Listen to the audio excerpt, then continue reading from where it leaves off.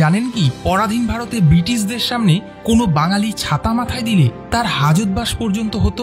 ইংরেজদের সেই একচেটিয়া রাজত্ব ভেঙে দিয়েছিলেন এক বাঙালি, মহেন্দ্র দত্ত। ছাতা বানিয়ে তাক লাগিয়ে দিয়েছিলেন সাহেবদের। পরাধীন ভারতে তৈরি সেই ছাতা আজও ব্যবহার করে বাঙালি।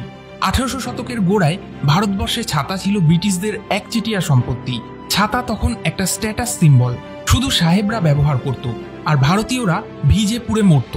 1856 সালে কলকাতার এক ভদ্রলোক ছাতা মাথায় আদালতে ঢোকার চেষ্টা করেন। পরিণতি কন্টেম্প্ট অফ কোর্ট। ব্রিটিশদের এই ছাতার একচেটিয়া বাজারের বিরুদ্ধে রুখে দাঁড়ান মহেন্দ্র দত্ত। 1882 সালে কলকাতার হ্যারিসন রোডে শুরু করলেন ভারতের প্রথম দেশি ছাতা প্রস্তুতকারক প্রতিষ্ঠান মহেন্দ্র দত্ত অ্যান্ড সন্স। পুরো ব্রিটিশ কায়দায় বানানো, কিন্তু দাম ভারতীয়দের নাগালের মধ্যে। ব্র্যান্ডের খুঁটিনাটি থেকে টেকনিক, ডিজাইন সবকিছু মেটিকুলাসলি ক্রাফটেড। তিনি শুধু ছাতা তৈরি করেননি, তিনি সাহেবদের মনোপলি ভেঙে দিয়েছিলেন। ছাতা যা আগে ছিল পরাধীনতার প্রতীক, তা এবার হয়ে উঠল আত্মসম্মানের ঢাল।